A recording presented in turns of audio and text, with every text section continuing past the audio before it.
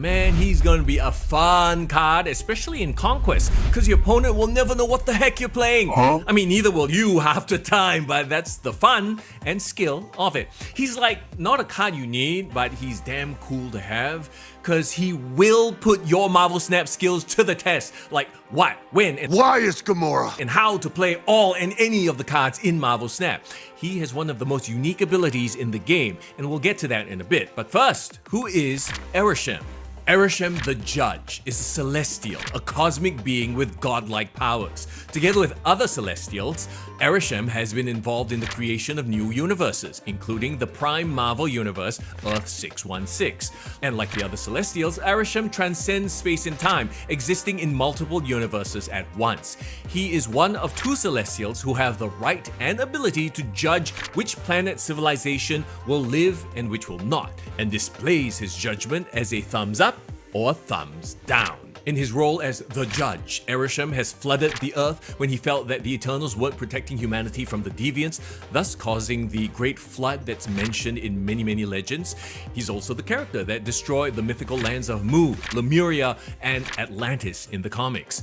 A being of such power, of course, will have equally epic enemies. Arishem and his fellow Celestials have fought major cosmic forces like the primordial God of Darkness who rules over the Void, the God of the Symbiotes, Null, a character we're all very familiar with in Snap. With all of Arishem's godly powers, he and the Celestials are not invincible though. They do have one weakness, the Horde, the World Reapers, the locusts of the universe. They are like the giant cosmic germs that can infect and kill a Celestial or turn them into Dark Celestials. In Marvel Snap, Arishem is a 7 energy, 7 power card with the ability, at the start of the game, +1 max energy. Shuffle 12 random cards into your deck. Okay, first of all, can we talk about how awesome this animation is from the trailer? Okay, so this is the card that really tests how good you are at Snap, right? It's like, here's a bunch of random cards, let's see how you make this work. Kind of like District X. But you still have the original 12 cards in your deck that you planned. So they're just harder to draw now because you have a 24 card deck.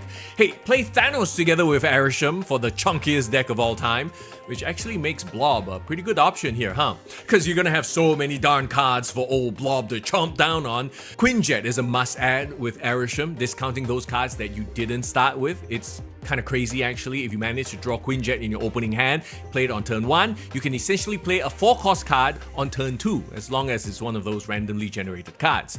So the trade-off is you're playing with random ass cards, but I mean, hey, generally there's no downright bad card in Snap, right? Right? Okay, you're playing cards that didn't start in your deck, that discounts Mockingbird. Don't like what you got? Swap your hand with Loki and play with your opponent's cards. Loki synergizes with Quinjet as well. If you don't like the random card you got, hey, use Blink to swap it out for a higher cost card. Got a bunch of cards in the lane that aren't cutting it? Play Cersei for the upgrade. And because you're getting extra energy early, you can play your big cards out early as well. You can afford to be a little bit greedier with your deck building. You might just not pull those cards in a 24 card deck. And then there's Agatha. Oh, she will always play herself when possible, right? So she'll play herself on turn 5 because you have the 1 extra energy. So you have 1 turn with 7 energy to try to win the game. I mean, why not lean into the chaos? Arishem comes to the Spotlight Cache with Black Swan and Hercules.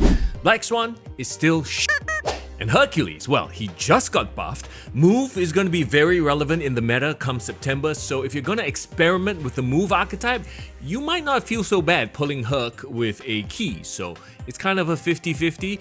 Okay, if you don't care about the Move archetype at all though, then just get Arishem with tokens. I will return for judgment. Look, from a competitive standpoint, I don't know how viable Arishem will be, but